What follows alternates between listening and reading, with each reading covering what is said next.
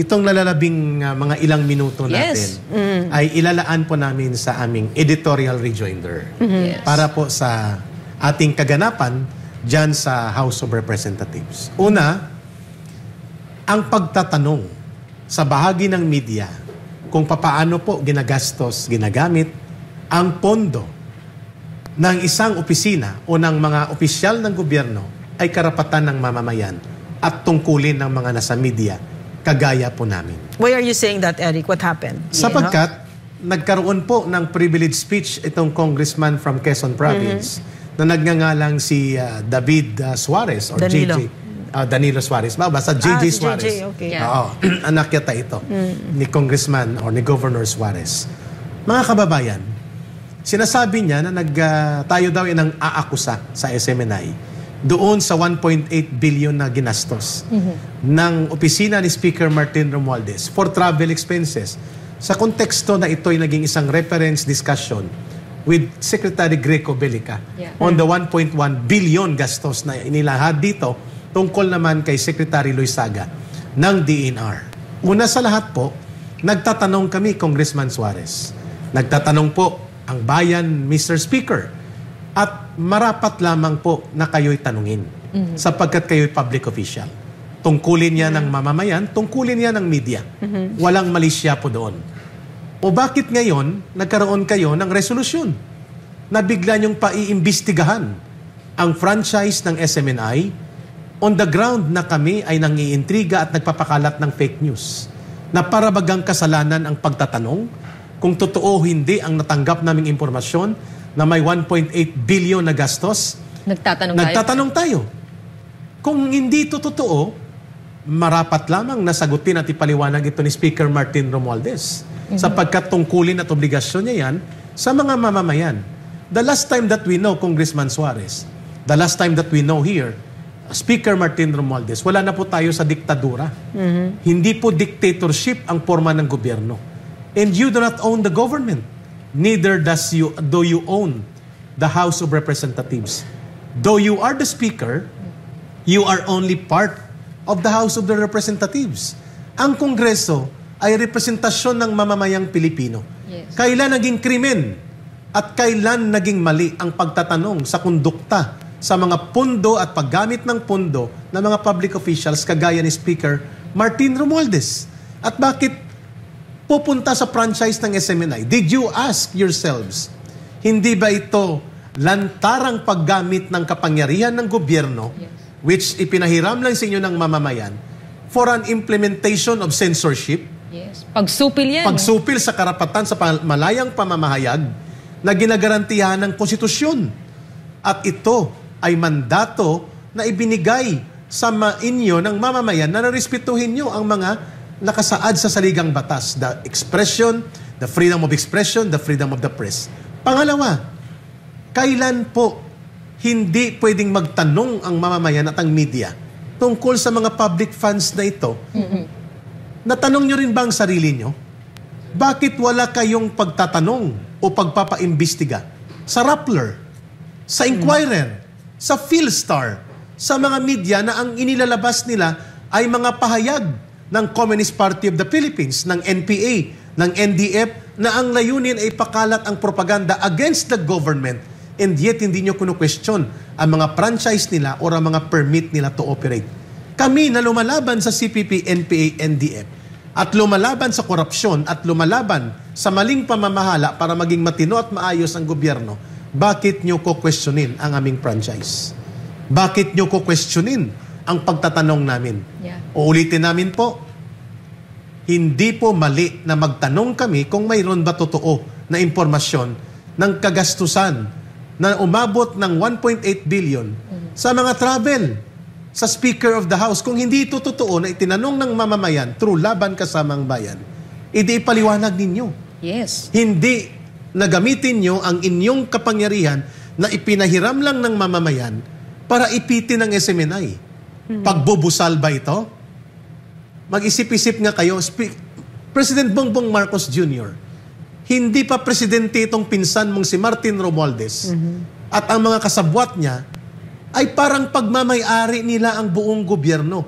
You as the president does not exercise this kind of abuse of power, samantalang itong si Martin Romualdez ay lantaran kung mag-abuso ng kapangyarihan at gagamitin niya ang kanyang posisyon para iipitin niya ang mga tao, ang individual, ang organisasyon at mga media entity na hindi sumasang-ayon sa gusto nilang linya ng pagbubusal at inilalantad ang kanilang pakikipaglaro sa CPP, NPA, NDF. Yun po ang dahilan kung bakit pinapatawag nila ang SMNI bukas November 30. And people are clamoring here. Dapat ipatigil ito. At dapat hindi ito hahayaan sapagkat this is sending a wrong signal na kapag nagkomentaryo ka sa isang miyembro ng Kongreso, kagaya ni Speaker Martin Romualdez na napakapoderoso, pwede palang pati ang freedom of expression at ang the right to exercise free press na ginagarantihan ng saligang batas ay aapakan nila sa pamamagitan ng disguise ng committee hearing. Committee hearing for what? Ang kaso ng ABS-CBN ay paglabag sa mga kaso tungkol sa hindi pagbayad ng tamang buwis at mga pandaraya sa kanilang income pati na sa pagpasok ng foreign investment na ipinapakilos nila ng patalikod sa batas natin. At ginamit sila ng isang political group para atakihin ang gobyerno. Hindi kami umatake sa gobyerno. Yes. Umaalalay kami at ang nilalabanan namin dito, ang totoong kalaban ng bayan at kalaban ng gobyerno. Ang CPP, NPA, NDF, magkaiba ang sirkumstansya namin. O bakit nyo kami iipitin? Sapagkat ibinubulgar namin na dapat hindi matuloy at magpapatuloy ang sabwatan ninyo, Speaker Martin Romualdez, sa CPP, NPA, NDF na napakadelikado sa interes ng mamamayan at sa interes ng kapayapaan at ng ating bansa. Nagagalit ka na isinisiwalat ito? Yun pong tanong ng mamamayan. Bakit namin ito tinalakay? Ma'am Lorraine, Miss Ina. You know, I was 10 years old when martial law was declared, no? So, I think I speak for a lot of Filipinos na malalim ang sugat sa national psyche ng nangyaring martial law, no? And yung naalala ko noon, yung pagsupil sa press.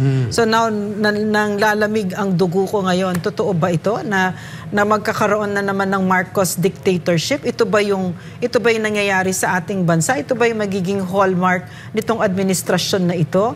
Kasi nakita naman natin, napakatahimik ng media ngayon. There are no dissenters right now in a vibrant democracy.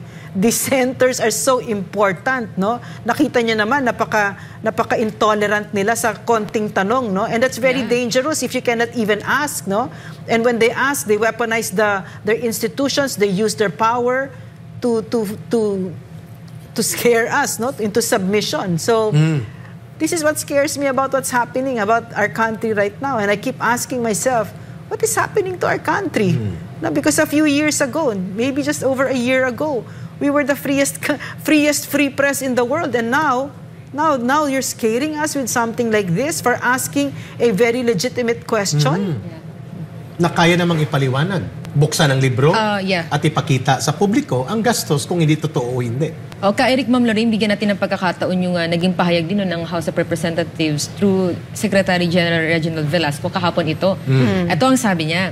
Recent reports circulating about a 1.8 billion peso travel fund allocated to Speaker Martin Romualdez are completely unfounded and categorically false. These allegations are a clear example of fake news designed to mislead the public and tarnish the reputation of the Speaker and the entire House of Representatives as an institution. We urge the public and the media to exercise caution and verify facts before sharing such baseless claims. The House of Representatives is committed to transparency, accountability, and the Office of the Secretary General can confirm that such bloated amount for the Speaker's travel expenses does not exist. We in the House of Representatives are dedicated to serving the nation with integrity and will continue to focus on our legislative duties rather than being distracted by unfounded rumors and misinformation. Okay, kung hindi 1.8, magkano kaya? At bakit walang libro? At hindi po kami nang aakusa. House Secretary General Velasco, nagtatanong po kami. Yes. Because pinasok po yan ng impormasyon sa amin. And the information came from the House of Representatives, employees. Ang sabi dito sa amin, Eric, pakitanong nyo sa Laban Kasamang Bayan if this is true, na mayroong 1.8 billion expenses for travel. si Speaker Martin Romualdez, ano po ang mali doon? Yeah. Bakit nyo bubusalan ang pagtatanong na ito? At kung transparent kayo at accountable, bakit hindi nyo sinasagot ng tama ang panawagan ni Pangulong Duterte at ng mamamayan na buksan ang inyong libro? Magpa-audit kayo sapagkat nababahala kami that there are 3 operatives, active operatives of the CPP, NPA, NDF na nagwawaldas ng pundo na humigit kumulang 100 million every year para sa 3 sa kanila na yan, buo na or mahigit pa. So balit walang investigasyon kung saan ito napupunta sapagkat kami na mismo nagsasabi, ito sila ay dugtungan ng suportang pinansyal sa terorismo na ginagawa ng CPP, NPA, NDF, and yet nandyan sila sa loob ng Kongreso.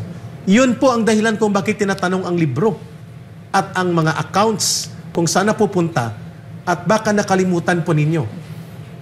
Speaker Martin Romualdez, Congressman Suarez, kayo po ay public officials. You are always subject to public scrutiny and public criticism. And you should explain your side to the people in the free market of ideas because you chose to become public officials. And under the law, sa konstitusyon, all public officials must be accountable to the people at all times. Kami po ay dugtungan at daluyan lamang ng pagtatanong. Pwede ba? So kung kami tinatakot nyo at bubusalan nyo sa mga paimbestigasyon dyan sa House Committee, ay nagkakamali po kayo. Hindi po kami titiklop. Hindi po kami papayag na ang taong bayan ay mawawalan ng boses at ng daloy ng katotohanan sa tamang paninindigan. Tsaka yung mga tinatanong namin dito, tanong yun ng taong bayan, no? Correct. And it's just basic, no? It's Media 101, a journalist, media practitioners like us. Our duty to the people, no? Is to ask the hard questions.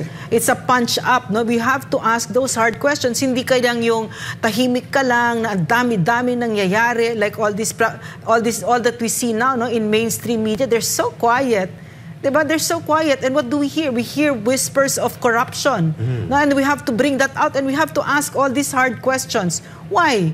No, why? You should not take offense, Congressman Suarez. No one should take any offense in this because magkaisa tayo dito eh. You love your country, we love our country. We all stand on our shared ground of love for country. Pero meron 3 dyan, hindi ganyan ang tinatayuan nila. So anyway, let me just repeat it, no? This is the job of media practitioners. We ask the hard questions and it comes from our love for country. Yes, okay, so, no intent of malice there. Yeah. Kung may nagtanong, may dapat sumagot at obligasyon nyo pong ipaliwanag yan. Eh bakit kayo magpapatawag ng Congressional Committee investigation? For what? Para iharas kami, takutin, pigain, busalan? Tsaka ano ka, Eric, yung kinasyon mo lang tapos gusto ka ng patahimik, hindi ba para paging pasista at diktador na yung... Exactly, Miss Ina, that's the term. Okay. Yan ang term ng mga mamamayan natin. And it's very dangerous to have public servants who think they are above the law, no? Yes. It's very, very, very dangerous to have public servants who think now they don't have anything to account for to our people and that that's just too much. Parang, don't ask me, diba? No. You have to have public servants who are humble and who know that they owe the public that they serve an explanation, a very clear explanation, and will not take offense, will not use their power to silence us from asking legitimate questions. At hindi natin papayagan na papalitan ang pangalan ng House of Representatives bilang House of King Martin Romualdez. Yeah. No. Tapos na po ang panahon ng mga hari at diktador. Yeah. At ang mamamayan ay nagpapabagsak sa mga hari at diktador. Yeah. Yan po ang daloy ng kasaysayan at pwedeng mangyari sa inyo yan.